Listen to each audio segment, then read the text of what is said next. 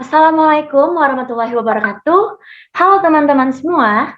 Minggu lalu kita sudah membahas pengertian literasi asam basah, titik ekivalen dan titik akhir literasi asam basah. Pada minggu ini kita akan belajar prinsip kerja literasi asam basah dan juga grafik literasi asam basah. Untuk yang pertama, Ibu akan bahas prinsip kerja literasi asam basah terlebih dahulu. Oke, di sini teman-teman bisa melihat perangkat literasi asam basah yang terdiri dari klaim, yaitu sebagai pengunci di sini, lalu ada statif yang berdiri tegak di sini, lalu ada buret, yaitu alat kimia yang terbuat dari kaca berbentuk silinder, dan yang terakhir, tempat menaruh analit yang disebut sebagai Erlenmeyer. Untuk buret sendiri berfungsi mengeluarkan larutan dengan volume tertentu. Kemudian, statif dan klem untuk menyangga buret yang digunakan untuk titrasi. Lalu yang ketiga ada Erlenmeyer sebagai tempat untuk melakukan titrasi bahan. Nah, teman-teman tahu nggak sih ada dua zat yang dikenal di dalam titrasi asam basah? Untuk yang pertama, ada zat titran. Zat titran atau dikenal juga sebagai zat titer. Di mana zat titran ini adalah zat yang diletakkan di dalam buret, yaitu larutan baku atau standar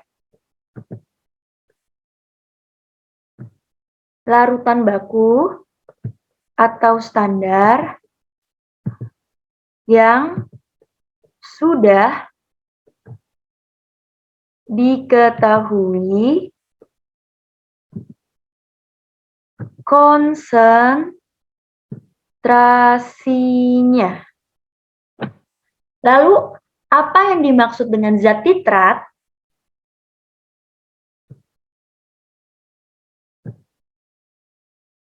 Zat titrat adalah zat yang diletakkan di dalam Erlenmeyer, di mana zat titrat ini tidak diketahui konsentrasinya, alias zat titrat ini adalah zat yang akan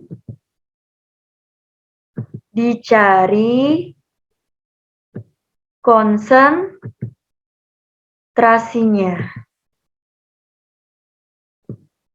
Seperti itu teman-teman. Jadi, zat titrat itu diletakkan di dalam buret, sedangkan zat titrat diletakkan di dalam Erlenmeyer.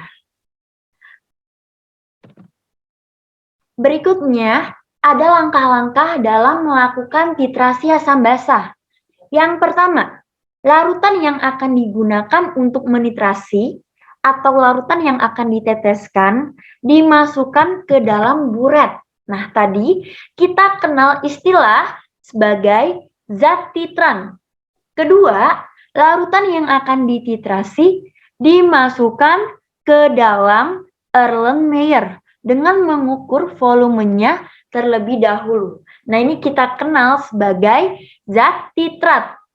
Yang ketiga, memberikan beberapa tes indikator pada larutan yang dititrasi menggunakan pipet tetes. Nah, tujuannya apa sih teman-teman?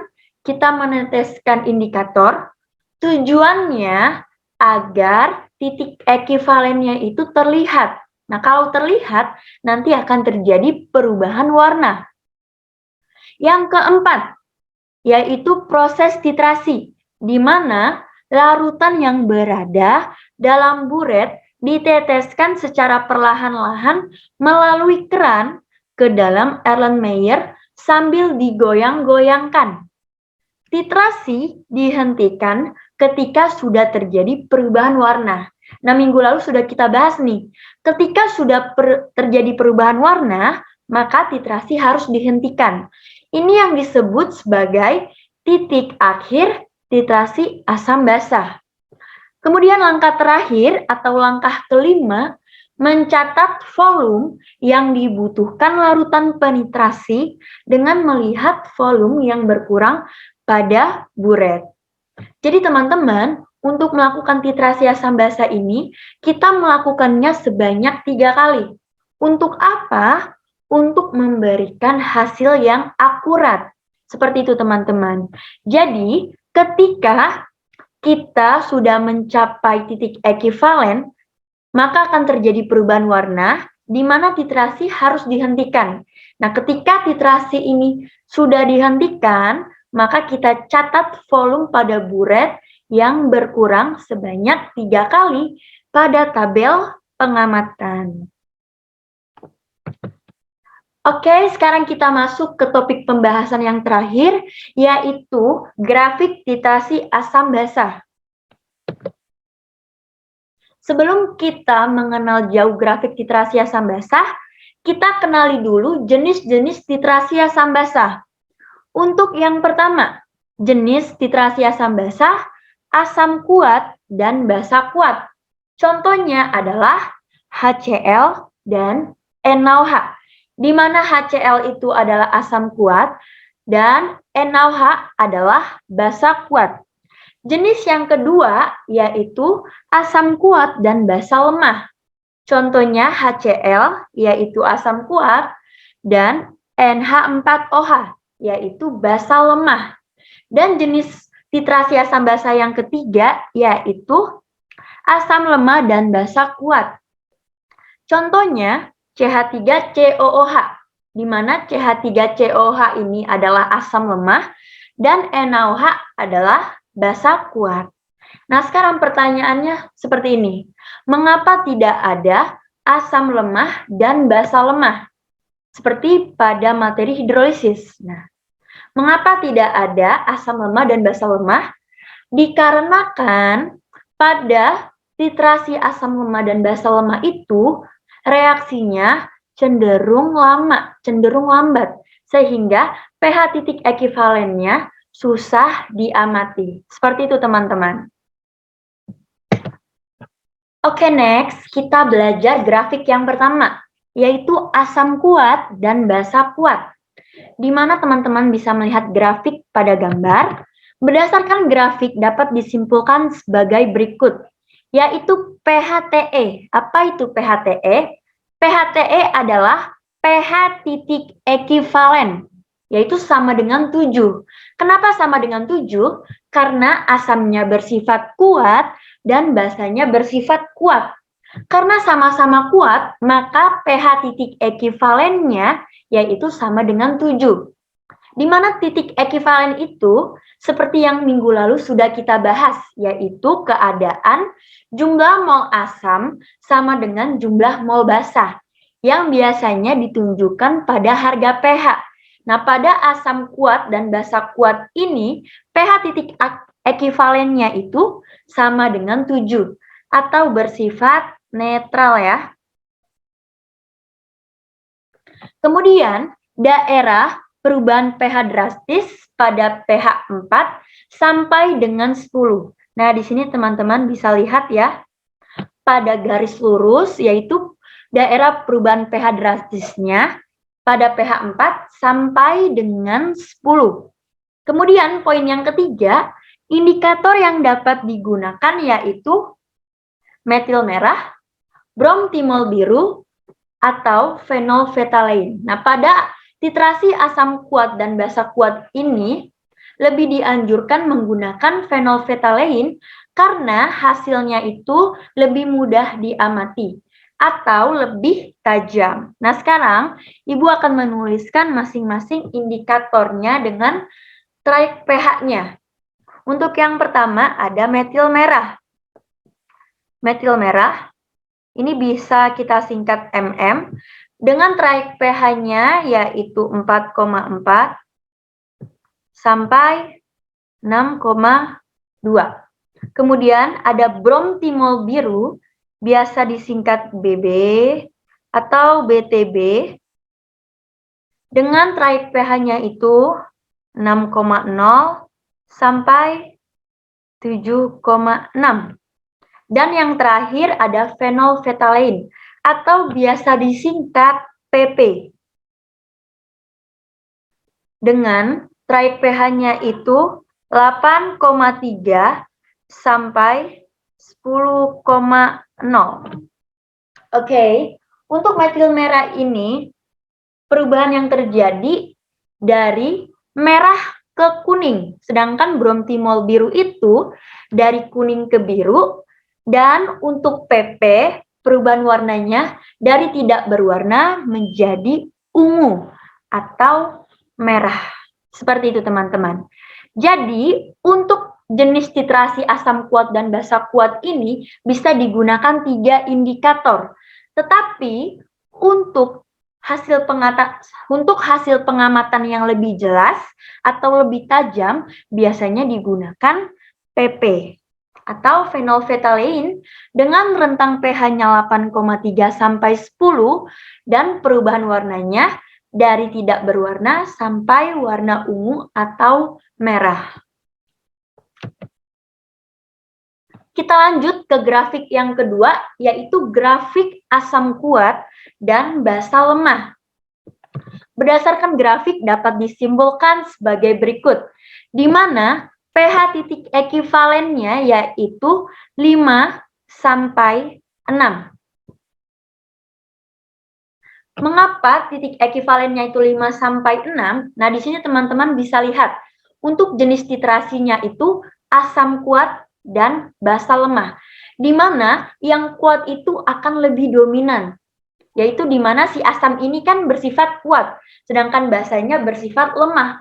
Maka pH titik ekivalennya itu mengikuti sifat asamnya, yaitu karena asamnya bersifat kuat, sehingga pH titik ekivalennya itu berada di bawah 7, yaitu rentangnya 5 sampai 6.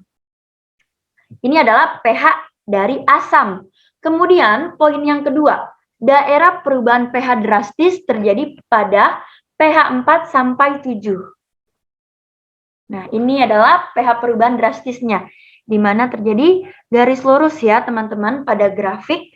Kemudian poin yang ketiga, indikator yang dapat digunakan adalah metil merah. Nah, tadi kan sudah kita bahas ya, di mana metil merah itu rentang pH-nya dari 4,4 sampai 6,2. Di mana perubahan warnanya dari warna merah sampai warna kuning.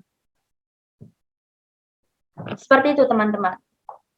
Nah, untuk poin yang terakhir, phenolphthalein tidak dapat digunakan karena perubahan warnanya akan terjadi jauh sebelum tercapai titik ekivalen. Nah, tadi kan kita sudah bahas kalau PP atau phenolphthalein itu rentang pH-nya 8,3 sampai 10. Sedangkan jenis asam kuat, jenis titrasi asam kuat dan basa lemah ini, titik ekivalennya itu terjadi pada rentang pH 5 sampai 6. Jadi indikator yang cocok digunakan adalah metil merah.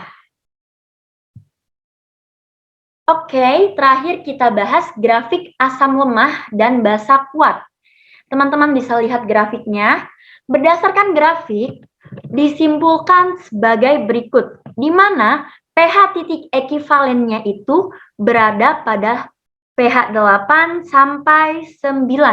Mengapa seperti itu? Kalau teman-teman lihat, pada asam lemah dan basa kuat ini, maka senyawa yang kuat itu yang akan lebih dominan. Berarti titrasi asam lemah dan basa kuat yang lebih dominan itu adalah basanya.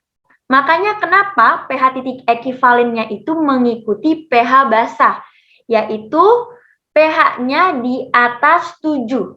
Karena pH titik ekivalennya itu adalah rentang dari pH sampai 8 sampai dengan juga 9. Seperti itu teman-teman. Kemudian poin yang kedua dari grafik ini adalah daerah perubahan pH drastisnya itu pH 7 sampai 10. Teman-teman bisa lihat di sini. Ini adalah daerah perubahan pH drastis yang gambarnya lurus seperti ini. Kemudian, poin yang ketiga, indikator yang dapat digunakan adalah fenolftalein.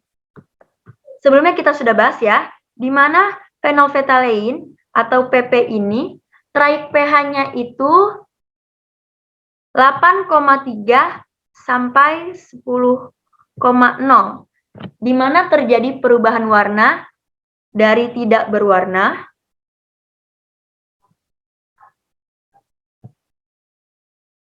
menjadi warna merah atau ungu. Nah, metil merah ini tidak dapat digunakan. Karena apa? Karena perubahan warnanya itu terjadi jauh sebelum tercapai titik ekivalennya. Simpelnya begini teman-teman.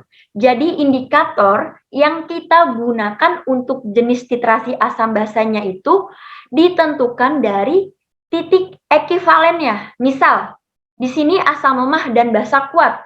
Titik ekivalennya itu 8 sampai 9. Berarti kita menggunakan indikator PP, yaitu dengan rentang 8,3 sampai 10, di mana indikator PP ini sesuai dengan titik ekivalennya. Kalau yang sebelumnya, asam kuat dan basa lemah, kita gunakan metil merah, di mana metil merah itu bekerja pada rentang pH 4,4 sampai 6,2. Nah, metil merah itu bekerja sesuai dengan titik ekivalen asam kuat dan basa lemah. Jadi, indikator yang kita gunakan itu harus disesuaikan dengan titik ekivalen dari jenis titrasi asam basa yang akan dilakukan. Seperti itu, teman-teman. Sekian yang dapat Ibu sampaikan, kurang lebihnya mohon maaf. Wassalamualaikum warahmatullahi wabarakatuh. Sampai jumpa di pembahasan berikutnya.